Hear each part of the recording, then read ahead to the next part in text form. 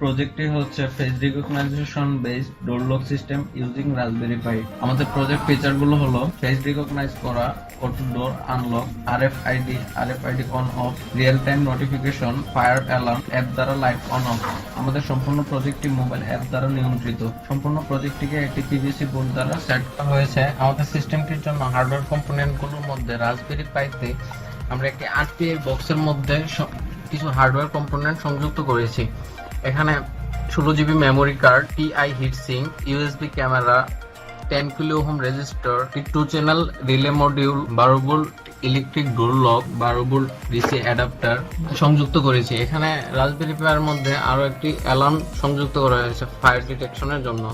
RFID chip সংযুক্ত করা হয়েছে এবং একটি রিলে মডিউলের সাহায্যে এখানে একটি লাইট সংযুক্ত করা হয়েছে। রাসবেরি পাইতে পাওয়ার সাপ্লাই দেওয়ার জন্য আমরা একটি অ্যাডাপ্টার সংযুক্ত করলাম। এখানে ইলেকট্রিক ডোর লকের জন্য আমরা আরেকটি অ্যাডাপ্টার সংযুক্ত করেছি এবং রিলে মডিউলের সাহায্যে লাইট অন অফ এর জন্য আমরা একটি সকেট ইউজ করেছি। প্রসেসিং ইউনিট হিসাবে রাসবেরি পাই জেসি স্কেচ অপারেটিং সিস্টেম ইউজ করা হয়েছে। প্রজেক্টে একটি মোশন প্যাকেজ ক্যামেরা ব্যবহার করা হয়েছে, যার মাধ্যমে নতুন ইউজারকে রেজিস্টার করার জন্য বিভিন্ন অ্যাঙ্গেল থেকে ছবি সংগ্রহ করা হয়। সংগ্রহিত ইমেজগুলোকে প্রসেসিং করার জন্য প্রোগ্রামিং ল্যাঙ্গুয়েজ হিসাবে পাইথন 2.7 এবং ওপেনসিভি ব্যবহার করা হয়েছে। আমাদের সিস্টেমে নতুন কোনো ইউজারকে রেজিস্টার করার জন্য ক্যাসকেড ডেটা ট্রেনার ইউজ করেছি, যেটা পরবর্তীতে এক্সিস্টিং ইউজারকে আইডেন্টিফাই করতে সাহায্য করে। অনাকাঙ্ক্ষিত অগ্নিপথ শনাক্ত করতে প্রজেক্টে ক্যাসকেড ডেটা ট্রেনিং সিস্টেমটি ইনক্লুড করা হয়েছে।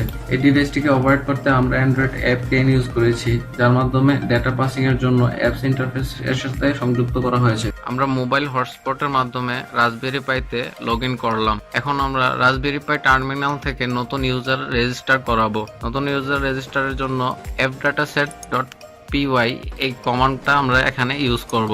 দেওয়ার পর আমরা একটি ইউজারের জন্য আইডি ক্রিয়েট করব।